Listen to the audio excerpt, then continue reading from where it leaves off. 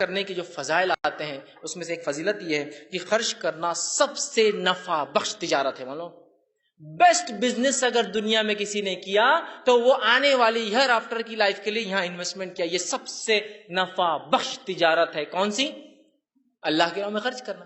اب ہوتا ہے نا آپ کسی سے ملنے گئے اور وہ کچھ تو بھی نیٹ پر کچھ کر رہا ہے. اوہ کیا کر رہے ہو تم؟ میں شیئر مارکیٹ میں انویسٹمنٹ کرتا ہوں. اوہ کیا فائدے ہوتے ہیں اس کی؟ بولا یہ فائدے ہوتے ہیں، وہ فائدے ہوتے ہیں، ایسے فائدے ہوتے ہیں، دن میں جو ہے میں لاکھ پتی، رات تک کروڑ پتی بن جاتا ہوں، ایسا ہوتا ہے، فلاں ہوتا ہے. اب بولتے کیا بھاری آدمی ہے یار، یہ کیا خاموشی سے انویسٹمنٹ کر دیا اس نے، بتایا تک نہیں. اگلی بار اپن بھی ایسی کریں گے. انویسٹمنٹ ڈھونڈ رہے، آپ بھی خاموشی سے کچھ تو بھی کر رہے ہیں انویسٹ. ڈوب گئے تو بولتے بھی نہیں آپ کسی کو خاموشی میں، وہ ایک الگ بات ہے، لیکن آپ بھی انویسٹ کر رہے خاموشی سے، اس لیے کہ میرا بھائی کر رہا ہے، ایک ہائر لیول پر اس کے انویسٹمنٹ جا رہے ہیں، فلاں ہو رہے ہیں، سمجھ میں آتا ہے اس کا، ہے نا.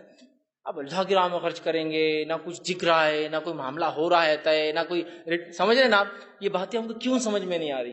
ہم جب لوگوں کو دیکھتے ہیں وہ تجارتیں کر رہے ہیں اور اس میں فائدہ ہو رہا ہے تو ہم دوڑ پڑتے ہیں دنیا میں. یہ تجارت کیوں نہیں سمجھ رہے؟ سب سے نفع بخش ہے، سب سے زیادہ نفع بخش تجارت کس کو کہتے ہیں معلوم؟ وہ تجارت، وہ بزنس جس کا ریٹرنز سب سے زیادہ ہو. تو یہ سب سے نفع بخش تجارت ہے. دو اور سب سے زیادہ پاؤ، یہ سب سے بخش تجارت ہے. اور اللہ رب العزت نے اس کے تعلق سے اپنی کتاب کے اندر فرمایا اور کہا، سورہ فاتر سورہ نمبر 35 آیت نمبر جو 29 اور 30 میں اللہ نے فرمایا. سنیے آیت کس طرح سے اللہ فرماتا ہے، ان الذین یتلون کتاب اللہ واقاموا الصلاۃ وانفقوا مما رزقهم، کہ وہ لوگ، اللہ فرماتا ہے، جو اللہ کی کتاب کی تلاوت کرتے ہیں، نماز قائم کرتے ہیں، اور جو اللہ نے دیا اس میں سے خرچ کرتے ہیں، مما رزقناہم، جو ہم نے رزق دیا اس میں سے خرچ کرتے ہیں. آگے فرمایا سرا و علانیہ، خاموشی میں کرتے ہیں اور کبھی ظاہر کر کے کرتے ہیں. ہوتا ہے کبھی کبھار صدقے چھپ کر ہو نہیں سکتے، افضل صدقہ چھپ کر ہوتا ہے، لیکن کچھ صدقات آپ چھپ کر کر ہی نہیں سکتے. ایک مسکین راستے پہ کھڑا ہے، آپ چھپ کر نہیں دے سکتے نا، دکھ جاتا ہے تو کچھ تو علانیہ ہو جاتے ہیں، لیکن کچھ صرف چھپ کے ہوتے ہیں.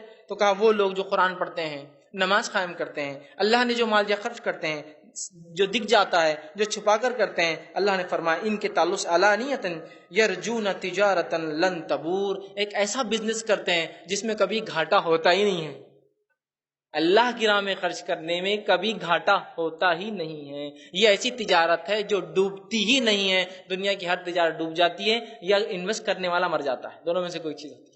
یہ کبھی نہیں ڈوبنے والی تجارت، کبھی نہیں. آپ کو اس کا بدلہ ہمیشہ ہمیشہ ملتا ہے. اور خفیہ خرچ کرنے کے فضائل تو میں سمجھتا ہوں ہم سب جانتے ہیں. خفیہ خرچ کرنے کے بہت بہت بہت زیادہ فضائل جو ہے کتاب و سنت میں، قرآن حدیث میں آتے ہیں، جس میں سے ایک فضائل جو آتا ہے صحیح بخاری کی روایت میں ہے، 7 لوگ جو عرش کے سائے میں ہوں گے جبکہ کوئی سایہ نہ ہوگا. اس میں سے ایک شخص وہ ہوگا جو سیدھے ہاتھ سے جب خرچ کرتا تھا تو اس کے الٹے ہاتھ کو پتہ نہیں اس نے کیا خرچ کیا.